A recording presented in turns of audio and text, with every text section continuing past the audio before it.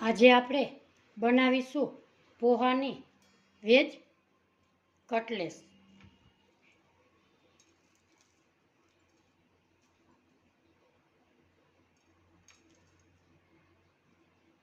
આજની મારી રેસીપી ગમે તો એક લાઈક ને એક સબસ્ક્રાઈબ જરૂરથી કરજો। હાલો, જય શ્રી કૃષ્ણ। અમારા કિચનમાં બધાનું હાર્દિક સ્વાગત છે। આજે આપણે બનાવીશું વેજ પોહા કટલેસ। પોવામાં તમે કોઈ પણ પૌવાનો ઉપયોગ કરી લેશો। અહીંયા આપણે પૌવા એક મોટો બાઉલ લીધા છે, તો આપણે એને 3 પાણીએ ધોઈ નાખીએ। અહીંયા આપણે પૌવા એકદમ 3 પાણીએ ચોખ્ખા પાણીએ ધોઈ લીધા છે। હવે આને 5 થી 7 મિનિટ આપણે રહેવા દેશું। આપણે અહીંયા 5 થી 7 મિનિટ થઈ ગઈ છે। હવે આપણે પૌવાને આવી રીતે એકદમ આપણે ચોરી લેશું। અહીંયા મારે ગેસ્ટ આવ્યા છે, તો અહીંયા આપણે 8 થી 9 વ્યક્તિ માટેના વેજ કટલેસ બનાવીશું। આને આપણે એકદમ સરસ મિક્સ કરી લઈએ। અહીંયા આપણે એકદમ પૌવાને મિક્સ કરી લીધા છે। હવે આપણે શાકભાજી નાખીશું। એમાં એક મોટી ડુંગળી નાખી છે, કોબી નાખીશું, એને ઝીણું ઝીણું આપણે ચોપ કરેલું છે। ગાજર નાખીશું 1 વાટકી, 1 વાટકી કેપ્સિકમ નાખીશું, ઝીણા ઝીણા સુધારેલા છે। એમાં નાખીશું આપણે 1 વાટકી વટાણા। આમાં કોઈ પણ તમે શાક ઉમેરી શકો। લીલું મરચું 1, થોડા ધાણા ભાજી, એને આપણે બધાને આવી રીતે મિક્સ કરી લઈએ। આ વેજ કટલેસ ખાવામાં ખૂબ જ સરસ ટેસ્ટી એવી લાગે છે। નાના બાળકોને તમે લંચ બોક્સમાં કે રાતે જમવામાં તમે વેજ કટલેસ બનાવી શકો છો। આવી રીતે બધાને આપણે મિક્સ કરી લઈએ। અહીંયા આપણે 3 મોટા બટેટા બાફીને લીધા છે, એને આપણે ખમણીની મદદથી આવી રીતે સરસ ખમણી લેશું। આવી રીતે બધા બટેટા આપણે ખમણી લઈએ। આપણું બટેટું સરસ એકદમ ખમણી લીધું છે। હવે આપણે નાખશું 1 કપ ચોખાનો લોટ, એને પણ આપણે મિક્સ કરી લઈએ। તમે મેંદાનો લોટ નાખવો હોય તો પણ આમાં ઉપયોગ કરી શકો છો। આવી રીતે આપણે એકદમ બધું મિક્સ કરી લઈએ।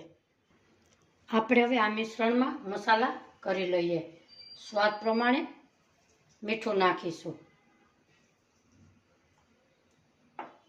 1 મોટી ચમચી આમચૂર પાવડર નાખીશું,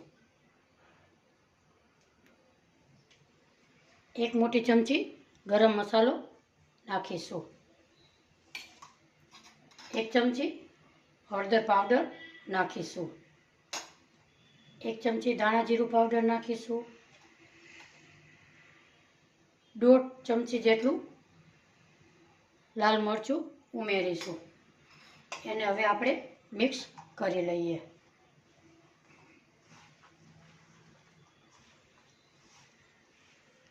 આવી રીતે બધું સરસ એકદમ મિક્સ કરી લઈએ। આપણું વેજ પોહાનું કટલેસનું એકદમ મિશ્રણ તૈયાર થઈ ગયું છે। હવે આપણે એને શેપ આપીશું। તમે ગમે એવો શેપ તમે આપી શકો છો। અહીંયા આપણે આવી રીતે ગોળ શેપ એવી રીતે આપીશું। આવી રીતે અહીંયા આપણે બધી કટલેસનો શેપ આપી દીધેલો છે। હવે આપણે મેંદાના લોટનો 1 કપ મેંદાનો લોટ લેશું, એનો આપણે ઘોલ તૈયાર કરીશું। એમાં નાખીશું આપણે 1/2 થી 1/4 ચમચી જેટલું મીઠું। એમાં પાણી થોડું થોડું નાખી જશું અને એકદમ આવું પતલું એવું આપણે ઘોલ બનાવી લઈએ। લમ્સ ના રહે એનું આપણે ધ્યાન રાખીશું. આવી રીતે આપણે એનું એકદમ બેટર બનાવી લઈએ. આપણે અહીંયા એકદમ પતલું એવી લેયર હોય એવું આપણે ગોળ તૈયાર કરી લીધેલું છે. હવે આપણે સેવૈયા લીધી છે ઝીણી. આપણે કટલેસની માથે કોટિંગ થાય એવું આપણે સેવૈયા લઈશું. એમાં નાખીશું આપણે તલ, 2 થી 3 ચમચી તલ લેશું. ચીલી ફ્લેક્સ નાખીશું. થોડી ધાણા ભાજી ઉમેરીશું અને એને આપણે આવી રીતે મિક્સ કરી લેશું. આપણું તેલ ગરમ થઈ ગયું છે. હવે આપણે એક કટલેસ લેશું અને મેંદાના લોટમાં ડીપ કરશું અને સેવૈયામાં આવી રીતે બોળી અને આમાં તેલમાં મૂકતા જશું. આજની મારી રેસીપી તમને ગમે તો એક લાઈક અને શેર કરજો અને મારી ચેનલને સબસ્ક્રાઈબ કરવાનું ભૂલશો નહીં. આવી રીતે ધીમા ગેસે મૂકતા જશું. એકદમ ફાસે નહીં અને એકદમ ધીમોય નહીં. આવી રીતે આપણે બધી કટલેસને મૂકી દઈએ. 2 મિનિટ જેવું થઈ ગયું. હવે આપણે આને પલટાવી લઈએ. ક્રિસ્પી થાય ત્યાં સુધી આપણે તળી લેશું. બધી કટલેસને આવી રીતે આપણે પલટાવી લઈએ.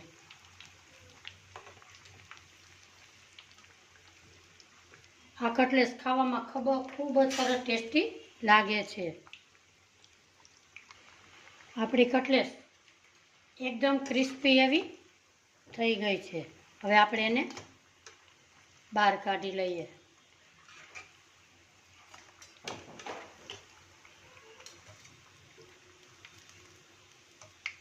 હવે આપણે બીજી કટલેસ ઉમેરી દઈએ. હવે આપણે બીજા પણ આવી રીતે ઉમેરી દઈએ.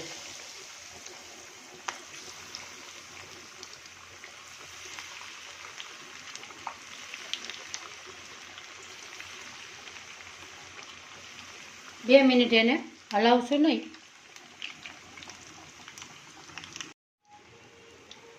હવે આપણે પલટાવી લઈએ.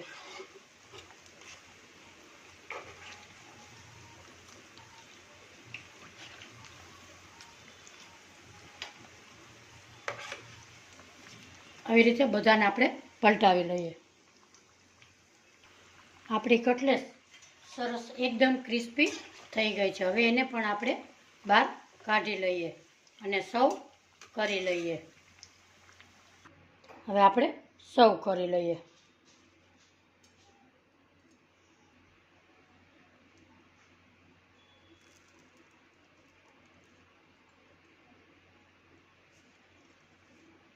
આજની મારી રેસીપી ગમે તો લાઈક, શેર ને સબસ્ક્રાઈબ જરૂરથી કરજો. કોમેન્ટ બોક્સમાં જરૂરથી જણાવજો આજની મારી રેસીપી તમને કેવી લાગી. ફરી મળીશું એક નવી રેસીપી સાથે. ત્યાં સુધી બધાને મારા જય શ્રી કૃષ્ણ.